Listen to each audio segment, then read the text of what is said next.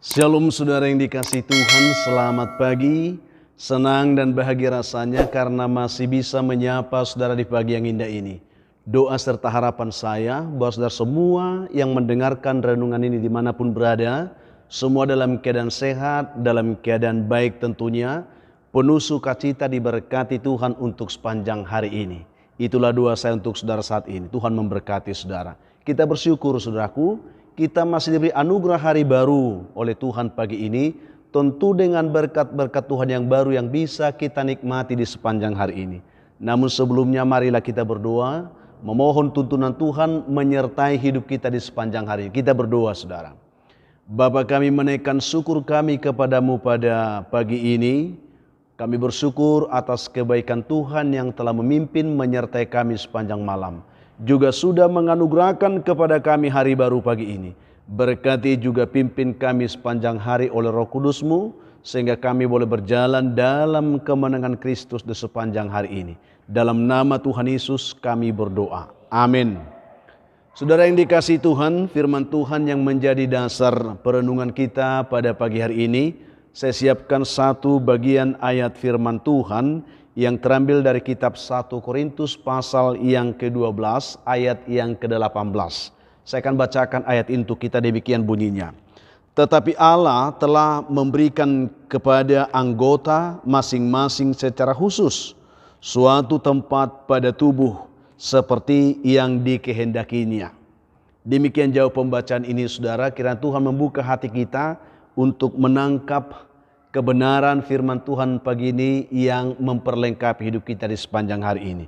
Topik atau tema renungan kita pada pagi hari ini yaitu pemeran di balik layar, hargailah mereka, siapapun mereka. Saya tidak tahu bagaimana peran kita dalam hidup ini, karena memang masing-masing kita dikaruniakan dengan peran oleh Tuhan dalam kehidupan kita.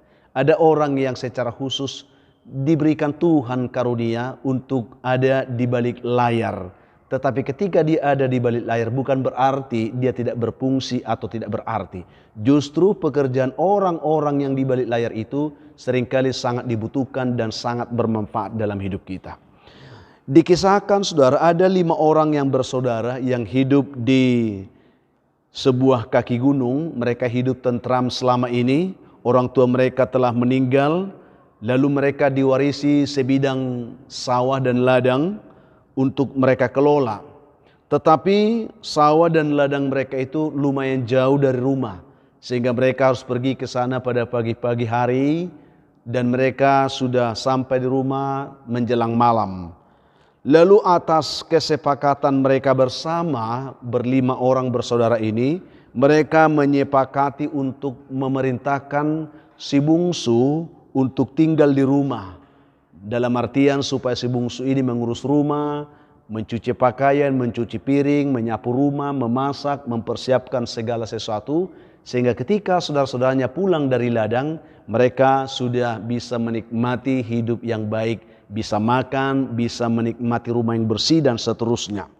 Rupanya saudara yang dikasihi Tuhan, setelah hal itu berjalan begitu lama, ada salah satu dari kakak si bungsu ini yang merasa dia curiga terhadap adiknya ini.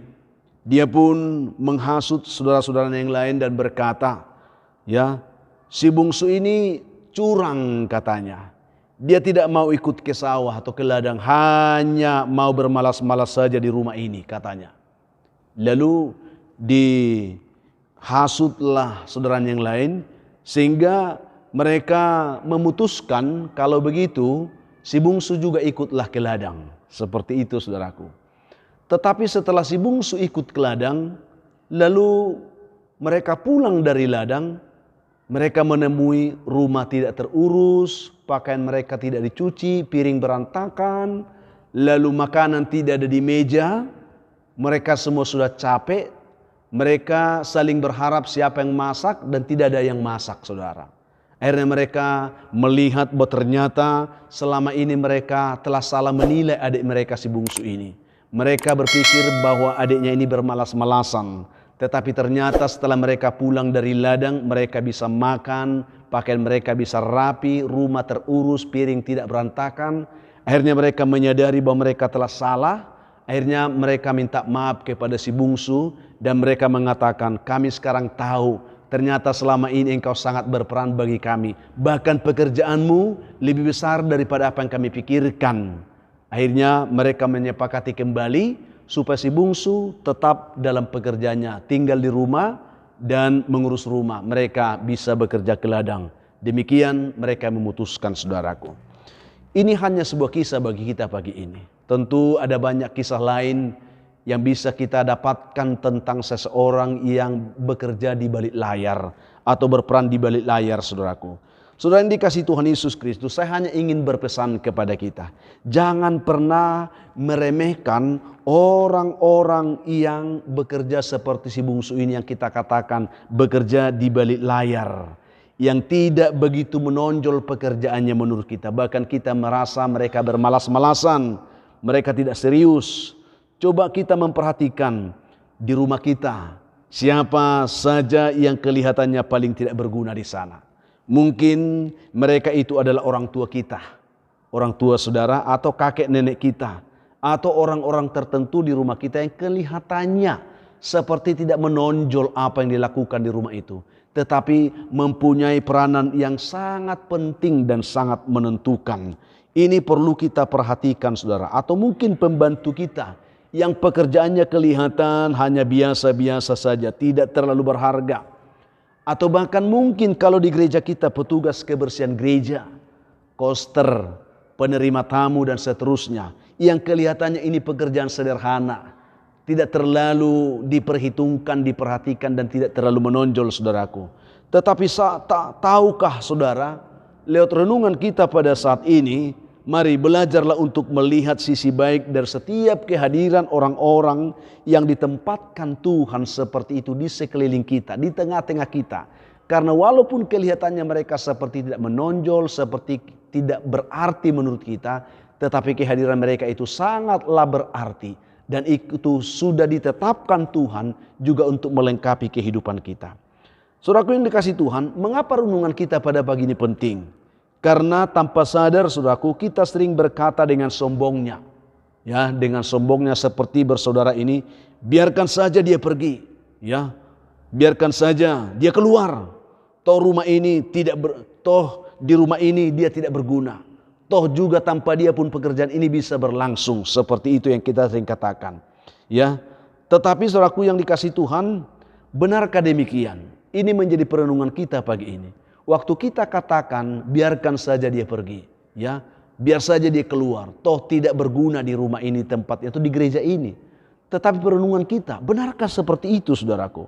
Yakinlah, saudaraku, bahwa suatu saat kita akan benar-benar merasa kehilangan setelah mereka tidak ada di sekeliling kita.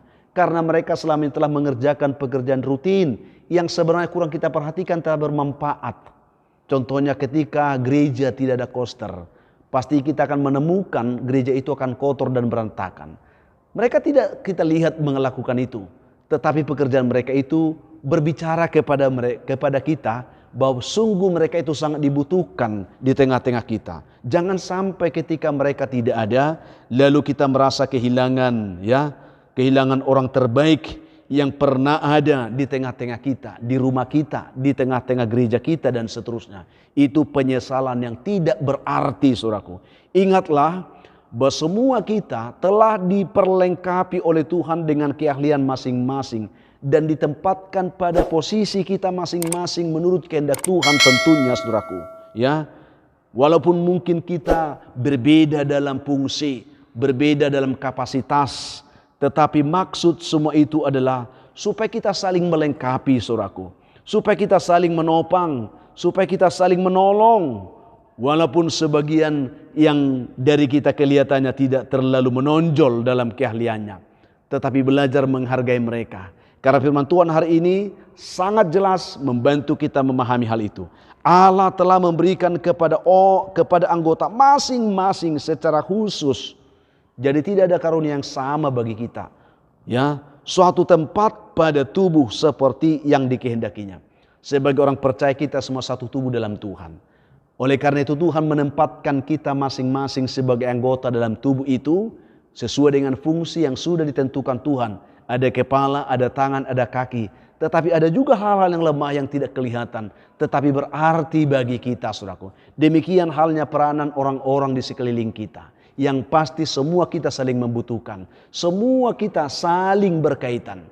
Tanpa kehadiran orang itu, kita akan merasa kehilangan. Kita akan merasa sepi dan seterusnya. Oleh karena itu, saudaraku yang dikasihi Tuhan, mari kita berdoa bagi mereka. Bagi orang-orang yang selama ini kita anggap mereka tidak begitu penting atau tidak begitu berarti dalam kehidupan kita. Kita doakan mereka.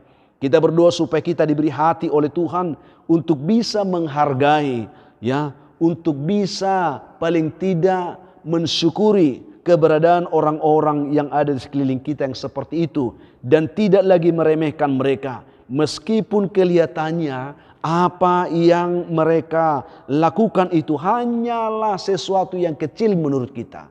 Hanyalah sesuatu yang mungkin terukur nilainya kecil.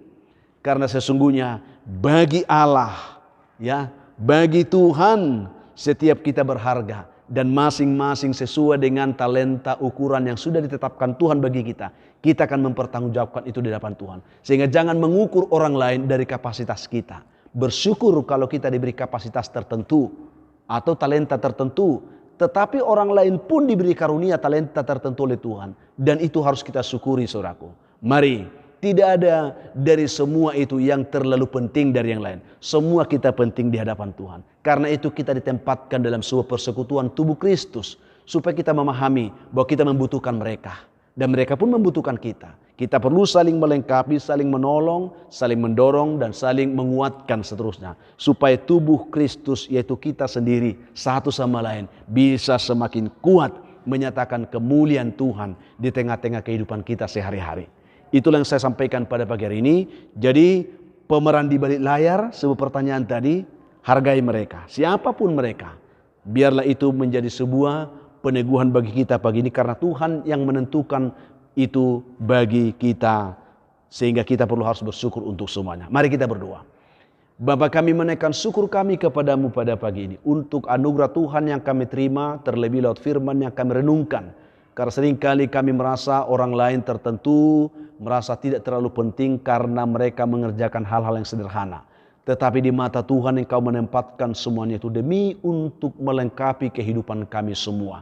Tolong kami supaya kami saling menghargai dalam setiap hal yang Tuhan percayakan, itu talenta, karunia, pemberian-pemberian Tuhan yang ilahi yang perlu kami kembangkan untuk saling melengkapi, saling mendorong untuk kemajuan tubuh Kristus di tengah-tengah persekutuan kami.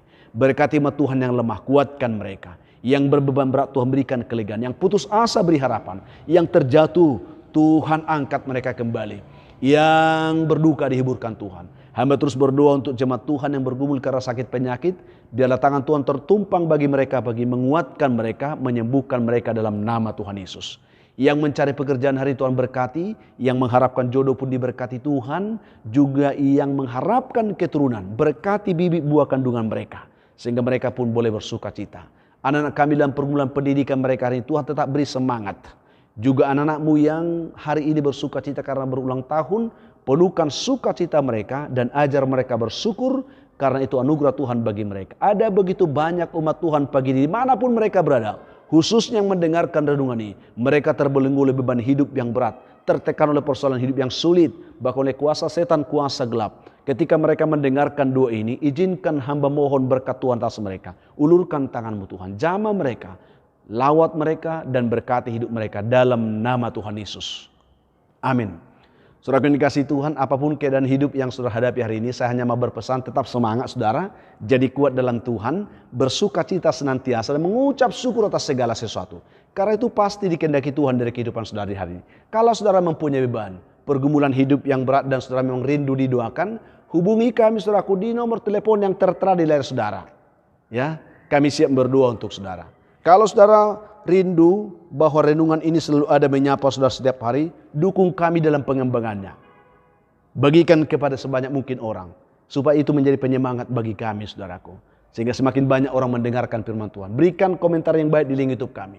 Juga like dan subscribe bagi saudara yang belum melakukannya, sebagai bentuk dukungan saudara untuk pelayanan ini. Itulah harapan kami. Akhirnya saya Pendeta Linti Dongoran, pendeta di GKP Jemaat Khusus Horesan Medan, menyampaikan sampai jumpa saudaraku di kesempatan lain. Tuhan memberkati kehidupan saudara di hari ini. Shalom.